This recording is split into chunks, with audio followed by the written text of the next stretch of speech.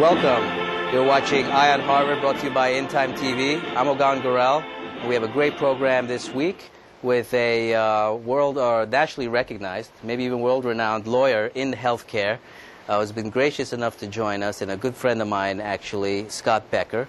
And let me introduce Scott. He's co-chair of the healthcare practice for McGuireWoods, a national firm, of course, but he is based in Chicago. We've interacted on a number of counts, and he's led a lot of engagements across a broad spectrum of healthcare, but is one of the leaders in the industry on ambulatory surgery centers and physician joint ventures. But he has his hands in a lot of issues, and we have, obviously, healthcare is a big election issue. We have healthcare as a personal issue for many people, so we're going to touch upon a lot of interesting topics which I've had a chance to talk about with Scott, and we'll share with you today.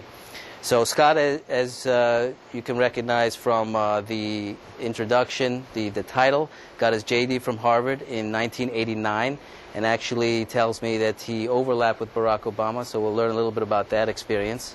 And as I mentioned, he's co-chair of the healthcare department at McGuireWoods. He was named one of the best lawyers in America in 2007-2008 by Woodward White, named one of America's leading lawyers by Healthcare Law, the journal Chambers USA, 2005 and 2006, and was named an Illinois super lawyer. Maybe we can talk about what that means in Law and Politics magazine in 2007, super lawyer.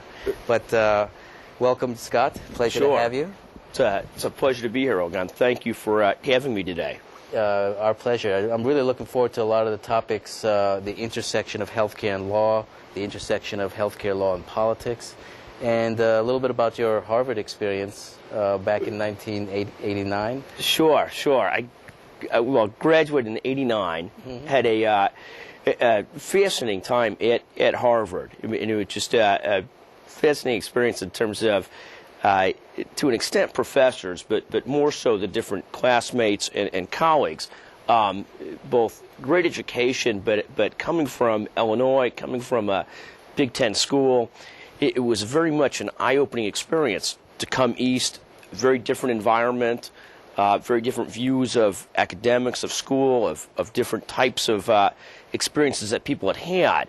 And what sort of struck me amazingly about the Harvard experience was, aside from tremendous education, was the different intersection of people and the finding the right groups of people and the people you're comfortable with, and developing just really close, lifelong friendships from the school, which at the time I first got there, with how uncomfortable I was my first year at law school, it struck me as incredible that 20 years later, probably a handful of my closest friends are people that I graduated from law school with, that I still talk with all the time. Would you say that's even stronger ties than college? I would say so, and I think different things evolve towards it, but by the time you get to law school, you know, you've all sort of come through a different professional funnel, a certain sort of, occasional thing, and that changes over time as people go in different directions after they graduate. But certainly, you spend so much close time with people, and I'd say now, yes, it probably, closer colleagues from the law school experience than from college, which I would have found shocking, given sort of the Big Ten, University of Illinois upbringing. That was a great deal of fun, right, and a great education as well. But I watched the paper chase, as I'm sure a lot of people have, and it's a very intense experience that's shared, or like combat in a way, if you think about it. And I wouldn't think it's that bad. What I think I really looked at it was, coming from a big university setting, it was a different, if a third of the students came from Ivy League universities as undergrads, the big difference was they were very comfortable with the concept, because they were used to it, of taking tests once a semester, of not having to, and for the most part, they enjoyed a great deal of the semester and then spent the last 2 weeks studying. For people that came from sort of Big Ten universities that weren't used to that, where we took what were called hourly exams every 6 weeks or so, yes, it wasn't really nearly as much of, do nothing for 10 weeks and then study for 2. And so coming from where I came from with the insecurities a little bit and not being as used to this mentality, I studied very hard for all 12 weeks, promptly did poorly my first semester, and then learned the concept was to get as involved as possible in all kinds of different endeavors at Harvard, and study very hard the last few weeks, and did much better once I realized it was okay. But it was really a fascinating evolution where the kids from the the young adults from the Ivy League schools as undergraduates, which were at least a third to 40% of the population, already understood how to manage it and how to make it work. So it was an interesting dichotomy. And Harvard Law School has been touted for the case method and obviously the faculty and the relationships. But it's fascinating because law is so embedded in social interaction and even psychology, if you will, both clients and opponents and the other side, if you will, that 12 weeks that you were enjoying yourselves, but as you said, involved in different endeavors, let's put it this way, not totally studying necessarily day in and day out, was very informative, I would think, or I would say contributory to a legal career. Well, a ton of different opportunities. I mean, in terms of, in case my parents watch, I did spend a lot of time studying as well, even though it was 25 years ago. I didn't want to say a lot. 12 weeks, doing nothing. I say that facetiously, but I had the chance to get involved. I had a chance to do some research at the time with Alan Dershowitz, who was helping to track down and help prosecute still and work with prosecutors on Nazi war criminals. I had a chance to work with Alan Dershowitz on those types of things. I had a chance to take classes with people like Catherine Sullivan, a constitutional scholar, Arthur Miller, who used to be on TV a great deal. Charles Ogletree, a criminal trial professor, and just a fascinating array of people. I did have the chance. I was at school when Barack Obama was there, and so, without talking politics, have known him for 25 years and think of him as an incredibly good person. Aside from politics, not well, you knew him as a person, just a really good person. And at the time, you could tell then that he was an incredibly talented person. I mean, just at a different level, but never in a way that was off-putting, and a very gracious person. I mean, just in terms of, so just fabulous different kinds of experiences, and then close colleagues now that I still talk with. None of us as sophisticated as Barack, but all doing fine. Yes. But a great group. Well, sounds like a great experience. I mean, it was. So going from Barack Obama and kind of, you said, not being political, but let's talk a little bit about healthcare reform. Sure. Obviously, a top topic in the news. Everyone's talking about it. Clearly, the candidates are talking about it. What are some of the legal aspects of healthcare reform that maybe are not in the forefront? I would start with breaking down healthcare reform. Takes two principal models right now, and the first model would be the concept of, both of them talk about universal coverage, and the question is, how do you get to universal coverage? Now, how do you make sure everybody's covered? And there's really two schools of thought on that. One is to convert and change the entire system to what would be called a single-payer system. The single-payer system concept is that has the concept that... We'll talk about that right after the break. Sounds great. So there are two approaches. One of them is universal access, and we'll get to that. That's an important framework. Sounds great. You're watching Eye on Harvard. Our guest, Scott Becker, co-chair of the healthcare practice at McGuireWoods. Stay right there. Hi, I'm Michael Momando. You're watching the In Time TV network, where professionals save big time connecting with their community worldwide.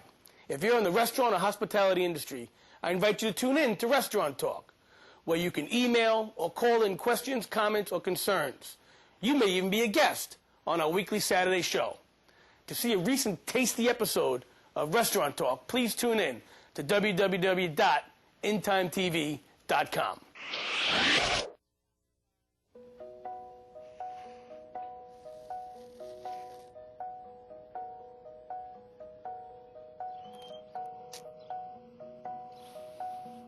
When someone abducts a child, they're not about to advertise it. But we will. Sign up at wirelessamber-alerts.org to get free Amber Alert text messages on your cell phone. Help put a child abductor out of business for good. Wireless Amber Alerts. A child is calling for help.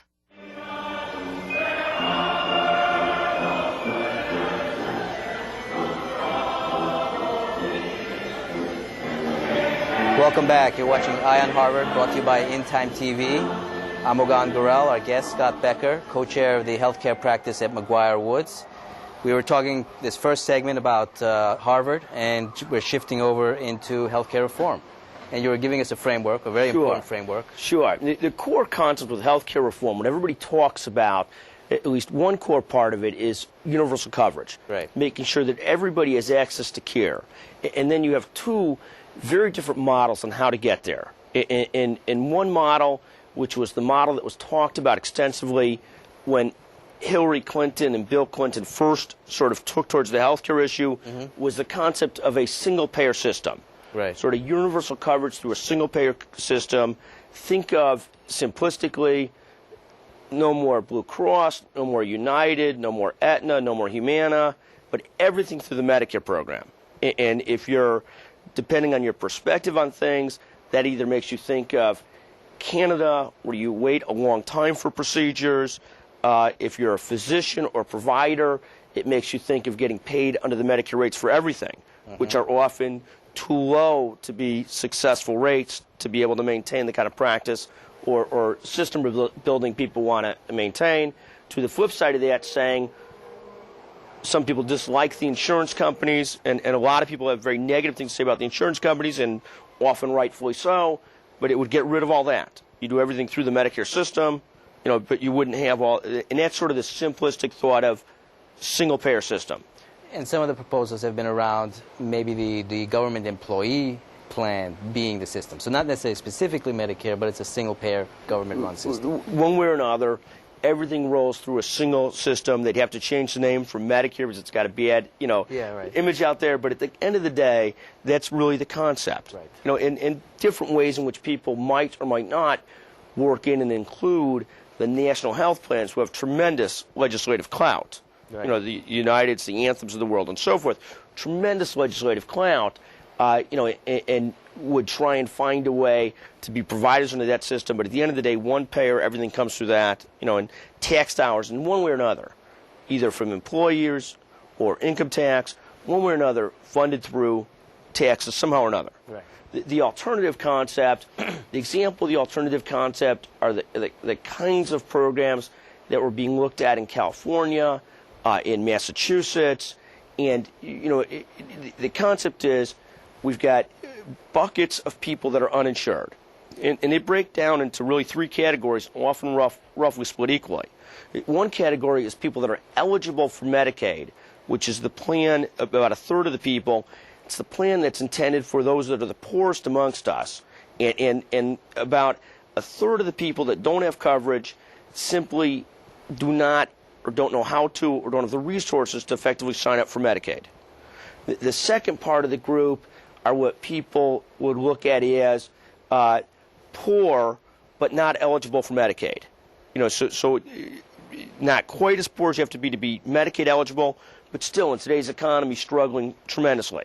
Right. And the concept, at least in the Massachusetts system, is we'll give stipends to those people to allow them to have the resources to pay for health care insurance. So they'll be required to have health care insurance, but they'll get some amount of monetary stipend to make it more palatable. So if coverage would be $300 for an individual, $700 to $800 a month for a family, they might get a stipend of half of that. But they would have to buy health care insurance. The third pool is what people that are in politics might call the freeloader group. Those are the people often in their 20s to 40s who are making a living, not quite poor enough to qualify for a stipend, not quite poor enough to qualify for Medicaid, but just like they choose not to sign up to join a nice gym, Right. choose not to sign up and pay for health care coverage. And that's sort of the third pool. And when you break down these pools into the three different pools and really understand where the uninsured are, it leads you to the conclusion that in terms of the underinsured or the uninsured, it is a problem, but it's an immensely solvable problem. At the end of the day, it's when you really break it down, and there's, for example, it's not this amorphous mass out there. It's really not. Yeah. It's really not. So at the end of the day, it's a solvable problem. That's sort of the first core issue people talk about in healthcare is how do we cover this, 20% of the population, 10% of the population that doesn't have care. Right. The second major part of the issue that people look at is how do we just reduce cost? How do we reduce healthcare cost? And that's a more complicated problem. Right. You know, and when you look at that, you look at things years ago when the country started moving heavily towards HMOs, which were a method to, at the end of the day, ration care. At one time, Oregon had a famous list, and the list was different procedures that would get priority to get covered. So if you had one kind of disease, one kind of symptom, you'd get priority. Other systems, other diseases, you wouldn't. And at the end of the day, the triage at the federal level. Triage at the federal level, the government level, yeah. Some kind of rationing at the federal level, and that's essentially what many countries do. You know, which is essentially, you know, a Canadian system, traditionally the British system, some level of rationing of care. In this country, at least when we had the rationing of care imposed by HMOs, tremendous numbers of lawsuits, tremendous amount of public discomfort with it, public dislike of it. And so as you struggle with the reducing cost issue, that becomes the more difficult challenge. You know, people talk about the popular political thing to say is, well, if we just cut out fraud out of the system, you know, then it would be no problem. And that's an easy target because no one stands up to defend frauders, and no one should. Right. I mean, there were studies that showed one time every dollar spent on additional FBI resources to prosecute or review healthcare fraud led to, you know, $15 of return. And so there were people doing the math saying, well, if we invested $2 billion in this, we could return ourselves $40 billion. But the reality is there is certainly some savings to be had by attacking fraud, and it should be attacked aggressively, but it gets you 5% of the way there. Yes. You know, some percentage of the way there. There's other things. The you know, one of the great debates is the trial lawyers support tremendously the Democratic Party, and so when you talk right now about health care reform plans from either any of the Democratic side, there's not a lot of talk about tort reform and malpractice reform. Malpractice reform is one of the kinds of things that, again, it was a big issue in the last, well, I shouldn't say the last election, but in prior elections it was a bigger issue, it seemed. When the Republicans have the mantle, they make it a bigger issue typically. Right. So George Bush talked about it a great deal, and so forth, didn't get very far with it. And again, he greatly overstates the benefit that would have. Right. Well, let's get right back to that, malpractice reform and healthcare reform. This is a great framework. I really appreciate it, and we'll develop that some more. Terrific. You're watching Eye on Harvard. Our guest, Scott Becker. I'm McGuireWoods. You're watching Eye on Harvard. Stay right there. We'll be right back.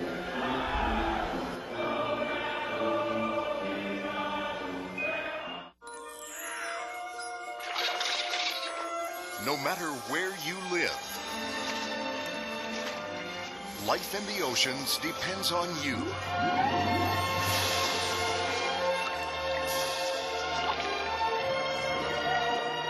To keep our oceans clean, recycle and dispose of trash properly. To learn what you can do, go to keepoceansclean.org.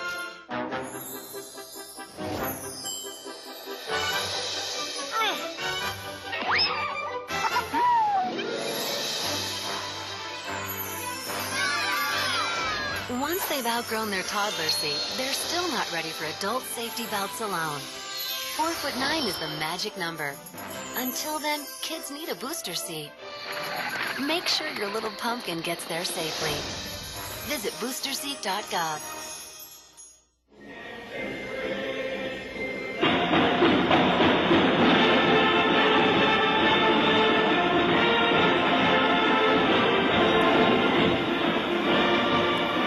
You're watching Eye on Harvard. I'm McGuireWoods. Our guest, Scott Becker, McGuireWoods. We're talking about the world of healthcare law, and of course that world includes all that discussion, rhetoric, which I don't mean pejoratively, it's a legal term, but discussion, if you will, about healthcare reform. You laid out a great framework about access, or universal access, and in cost. And what's interesting is on the Harvard show we had two guests. One of them was C. Anderson Hedberg, former president of the American College of Physicians, Dr. Hedberg, and Dr. Joe Messer, former chairman of cardiology at Rush and now affiliated with a lot of the societies, the medical societies, on physician quality. The point of a lot of that discussion is that, as you pointed out, in the 1990s, HMOs were really rationing, controlling costs. In fact, some utilization went down and all that. There was a backlash, clearly a big backlash. And so the argument now as I've heard it, and it'd be interesting to get your perspective, is we're probably not going to necessarily explicitly reduce costs, but we want to get, number one, less cost increase. Sure. And certainly more quality for what we're paying for. Certainly. Is that, how you see that? Well, I think that's a fair statement. I think one of the great challenges on the quality side, and I think that there's two at least great concerns about it from typically the healthcare establishment perspective and the physician perspective. One is that when people talk about quality incentives and extra dollars for quality, there is a great concern or skepticism that really harkens back to the old HMO, PPO withhold concept. There was a concept that they used to have of we would withhold 10% of your pay or 5% of your pay, and then you would get that based on if, in fact, you hit certain measures, if you either containment of cost issues or quality issues. And it became the great expectation that whether or not you got that extra 5 to 10% of reimbursement was completely arbitrary in a lottery. And so people sort of ended up, it really is a concept, and that for the most part going away over the last 5 to 10 years. And so when people talk about now bonuses based on quality. Yeah, pay for performance. Pay for performance. The great concern is and it's not that it's not a great idea in theory. It's the concept of how do you implement it, how do you measure it, how does it really work? That you end up having some concept where there's actually ends up being some nexus between the financial reward and actual quality. And that's the great where there's just a tremendous sense of skepticism on it. I mean, there's been some things that have been relatively widely accepted that are really quality and cost reduction issues, and albeit on the far right side. There's the concept in contracts today between providers, hospitals, physicians, and HMOs or insurance plans of what are called never events. And the concept of a never event is, if a person dies in the hospital under your care, they won't get charged. If the person has wrong side surgery, right. just as an automatic, they won't be charged. Right. 7 to 8 never events, many of them that go towards sort of like a no-fault divorce concept. We don't know if it's your fault or not, but if these things happen, the patient won't get charged. Some concept of tying just bad errors or bad events. Because a lot of healthcare, or I should say medical practice, gets into very gray areas. And to look at those very dichotomous outcomes as being financially linked is probably more plausible. Right, exactly. As you look at very clear events, yeah. Exactly. Much easier. As you get into the other side of it, great skepticism as to how it would be implemented, and if at the end of the day it would be a spot where insurance companies, PPOs, etc., end up keeping a great deal of that money and it not flowing through to physicians and hospitals and so forth. And not to be cynical, but both sides may or may not start to game the system.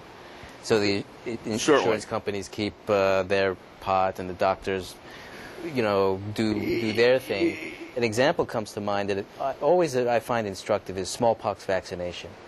And the example was the program was designed around metrics, and there was actually only one metric, and the metric was reduction in smallpox infections.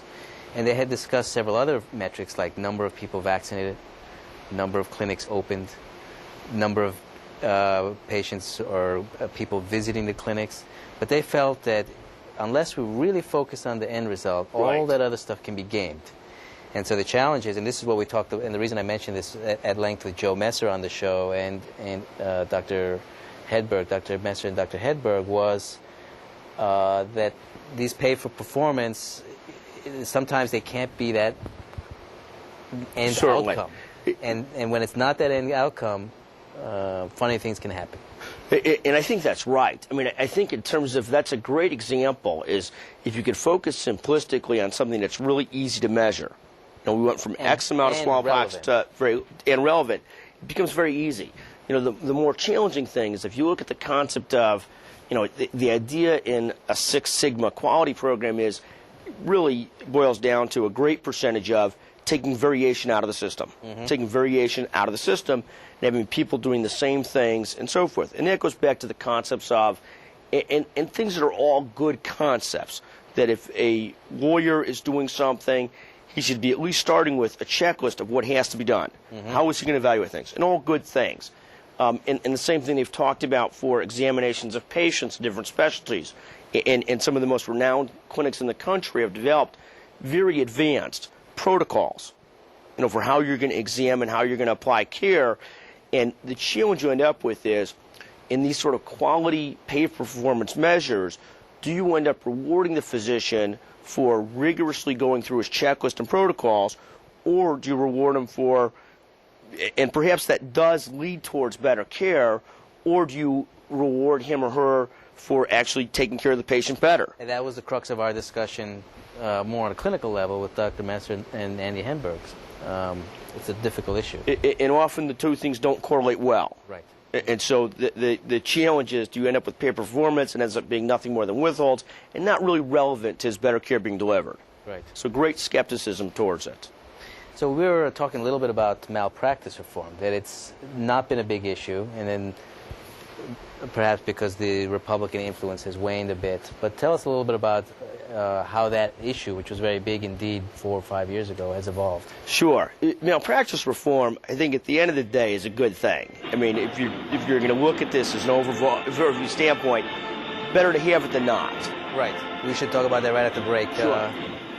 My apologies to the audience. Our discussion is very involving and engaging, but we have to take a break and be right back to talk about malpractice reform. Terrific. Stay right there.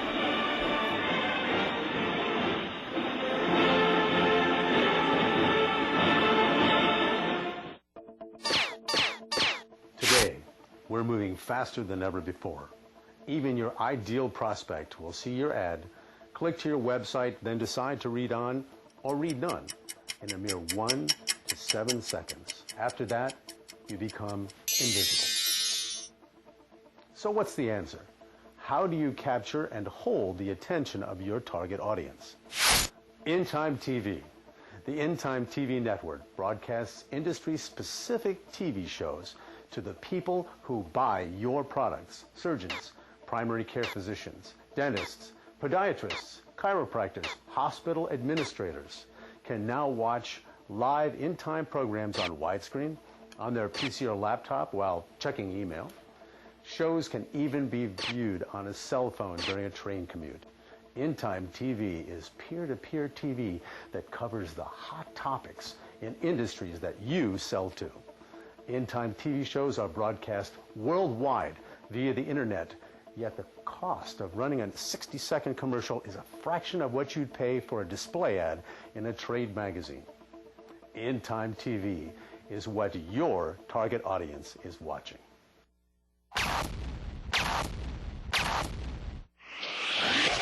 Keeping professionals engaged worldwide.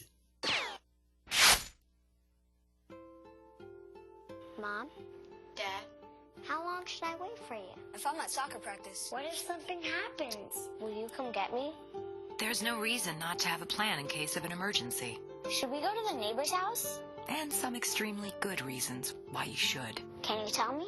Talk to your family about what you would do in case of an emergency.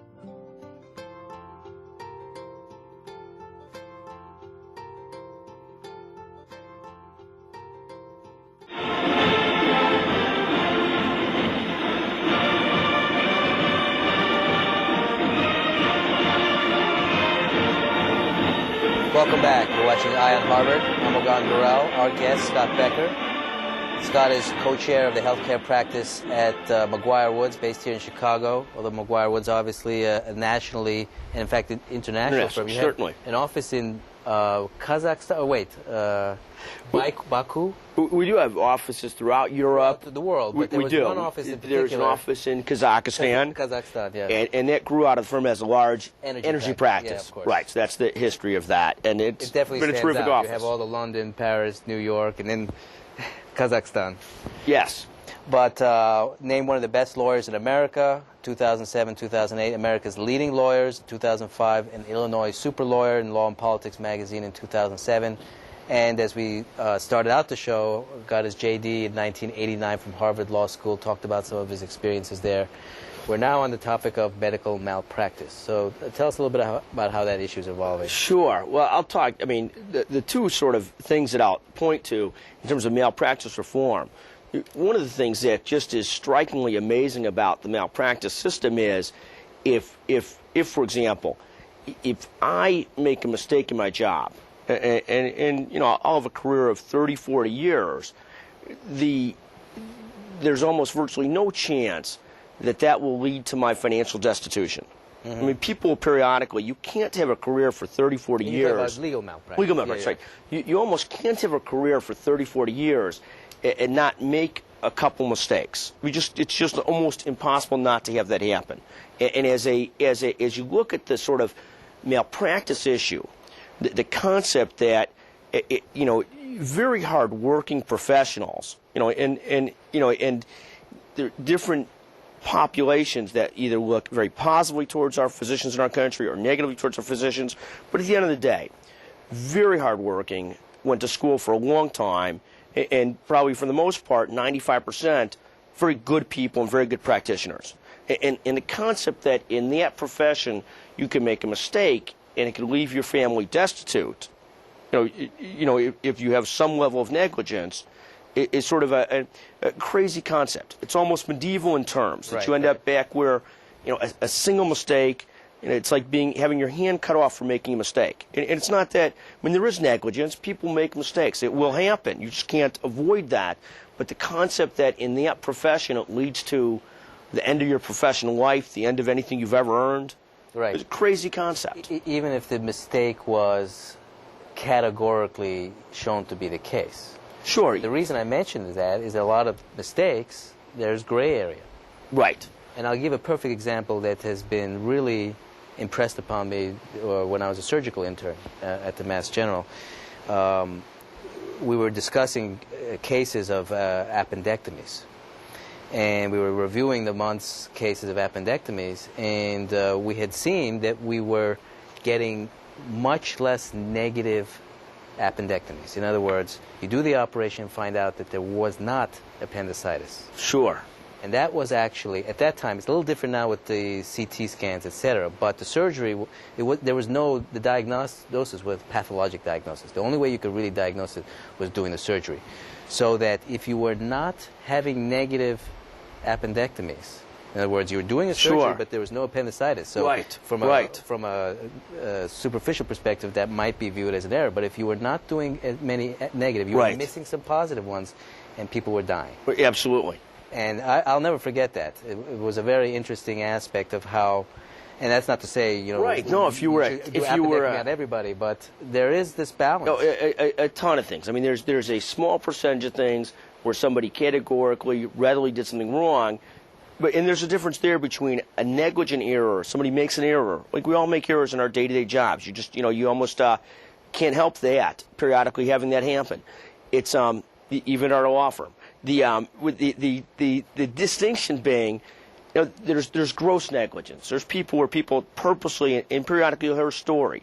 You know, an anesthesiologist who's supposed to be on call at the hospital and doesn't show up for 20 hours, you know, because he's off site, but he's supposed to be on site.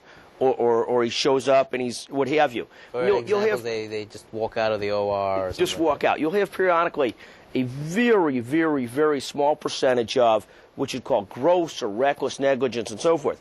The problem that you have is that you say, well, you need to have malpractice reform, or you need to have the ability to sue people aggressively because of that small percentage.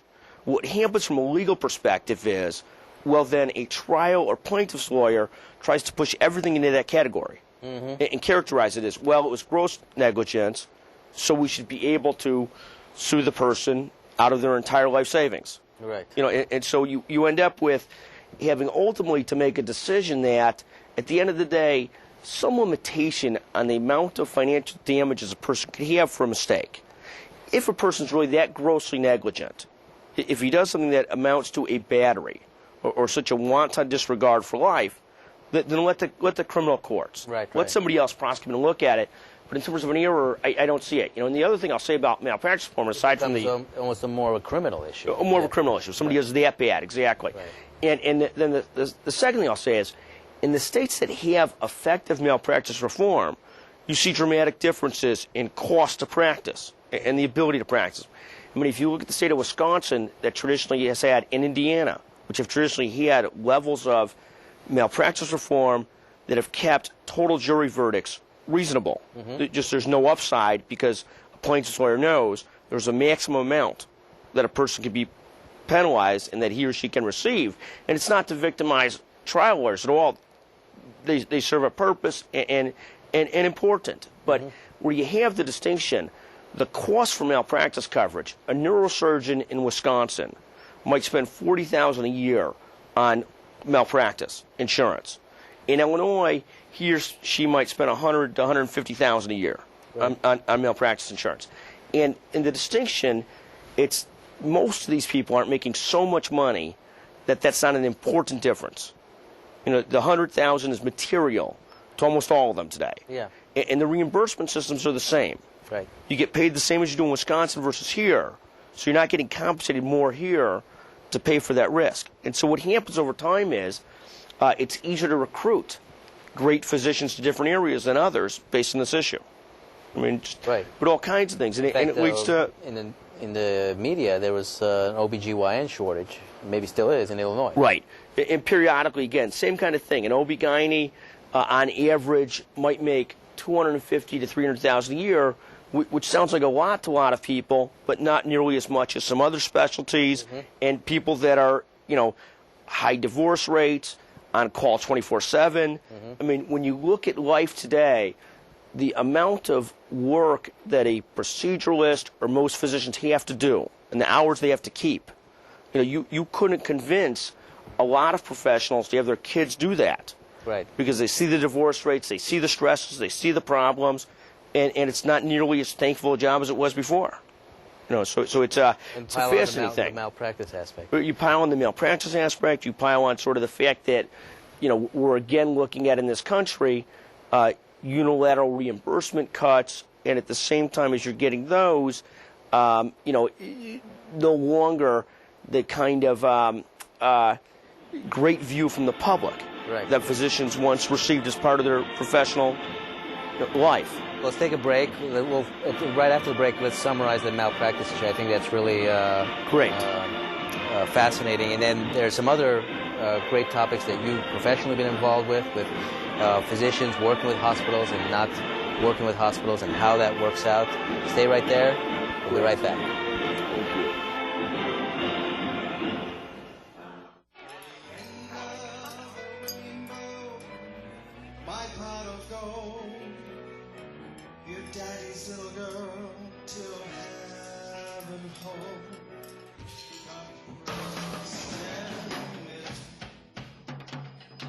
It's easy to tell if you've had way too many. But what if you've had just one too many? Buzz driving is drunk driving. Hey guys, thanks for coming. Are we in trouble? No, you're not in trouble. I just want to set some ground rules. Like what? Well, remember last week when you hit Vinny in the head with the shovel? I do not recall that. Of course not. Well, it was pretty graphic. Too graphic for the kids. So I'm going to have to block you. I got to make this up to you. This is Vinny's watch, and I want you to have it. You deserve it. Thank you. That's really not necessary. No. Come here.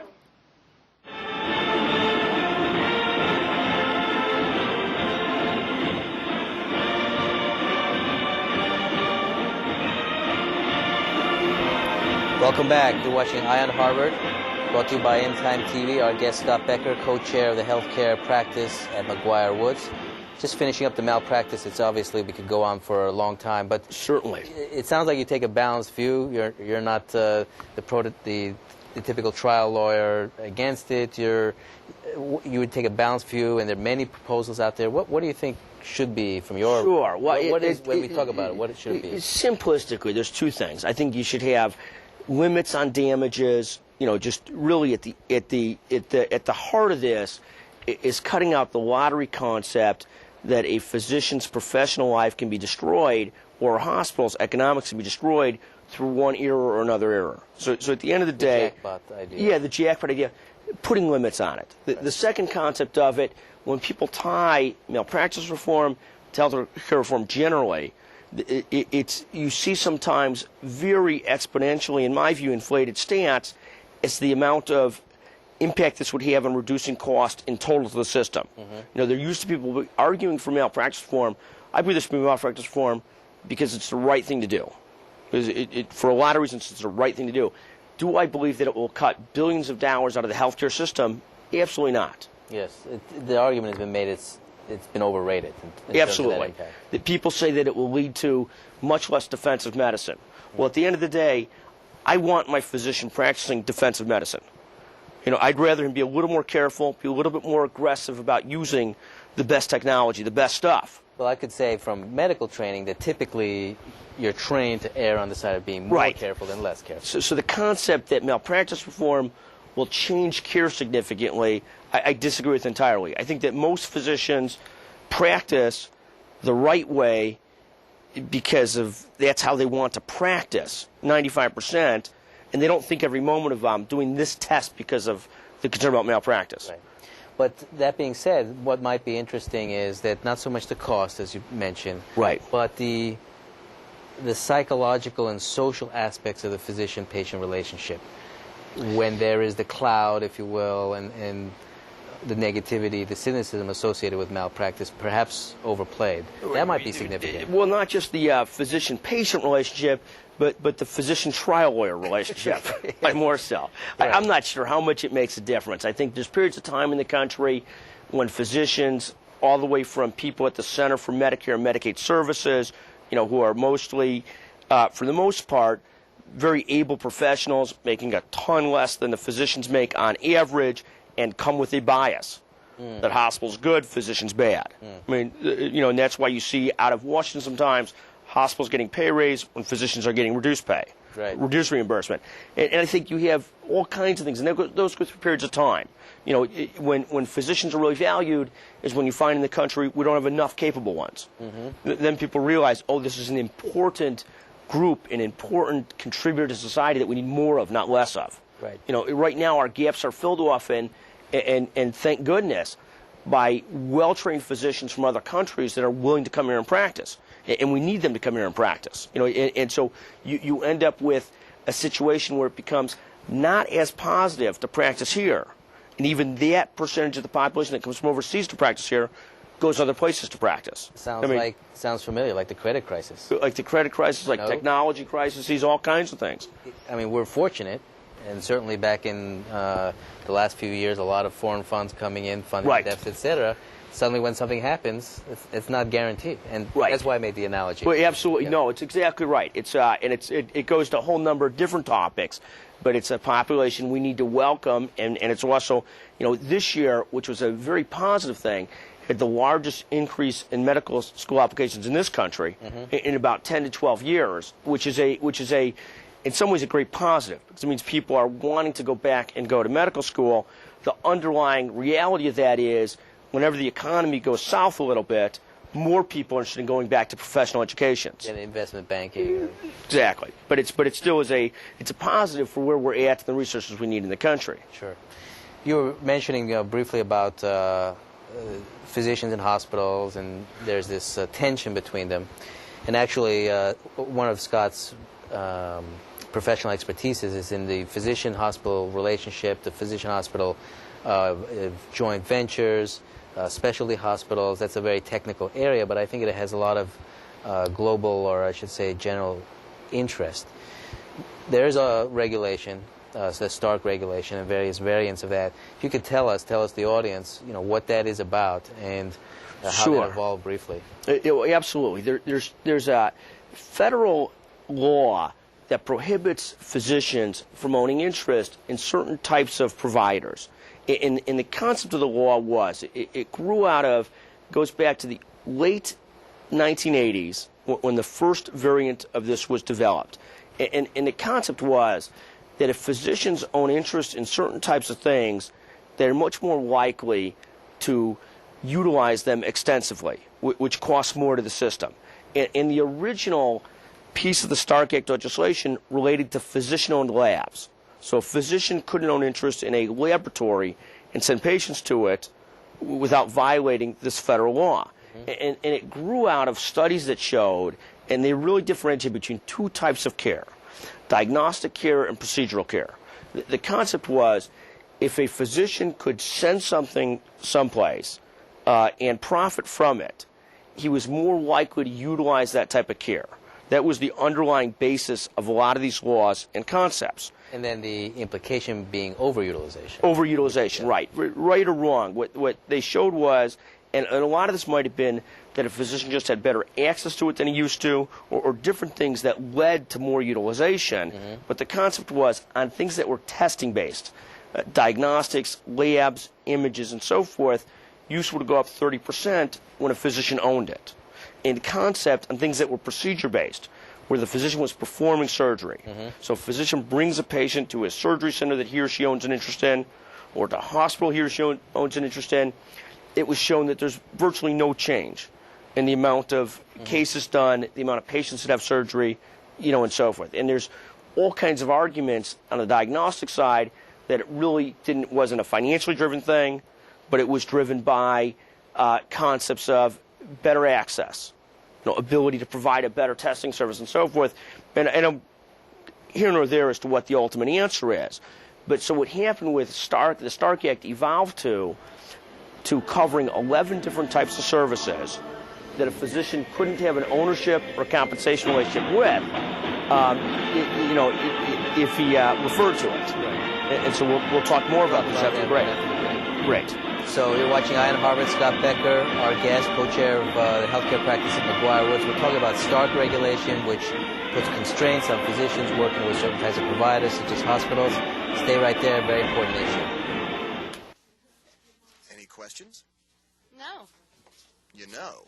We're not magicians, we can't read your mind. We answer questions, each and every kind.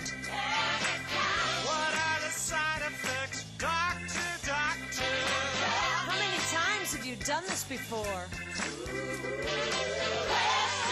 are the answer. Will this react with my other medicine? Hey, what are all these tests even for? You have the power to say what's on your mind. We need your questions each and every kind. Questions are the answer. Questions are the answer.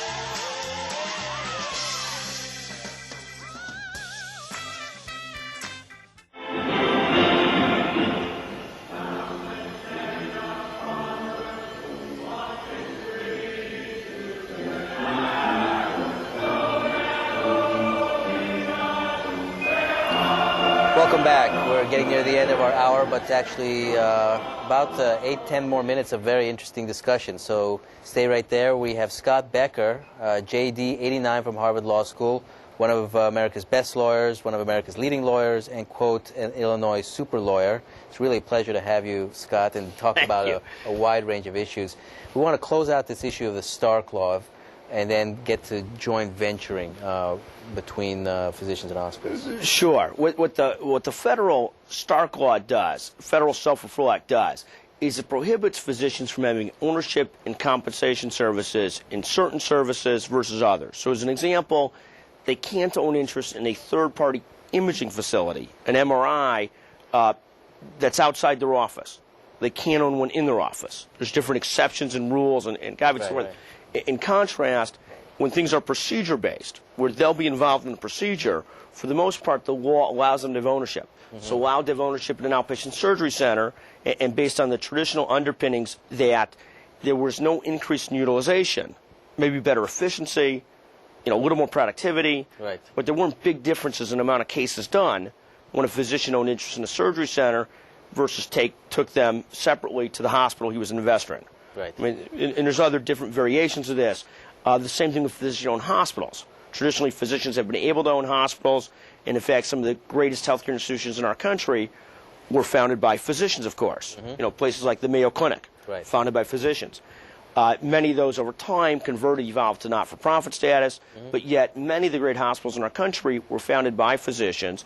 There's been a great deal of discussion in Washington between Democrats, Republicans, about should you prohibit physician ownership of hospitals. In fact, the Medicare, well, it's not entirely related, but the Medicare reform had this moratorium on specialty hospitals, which impacted on that. So it's a very dicey issue. How do you, in your practice, as you negotiate or help your clients negotiate these deals, straddle an evolving paradigm? Oh, sure. No, it's a very interesting challenge. I mean, and certainly physicians are allowed to own their own clinics, of course. They can do a whole number of things, both to further quality health care, bring resources to the communities, and own and invest in health care. I mean, they're still allowed to own hospitals today. There's been a lot of talk in the last 4 to 5 years and recently about physician ownership of hospital. At the end of the day, there's about 200 physician-owned hospitals in the country currently.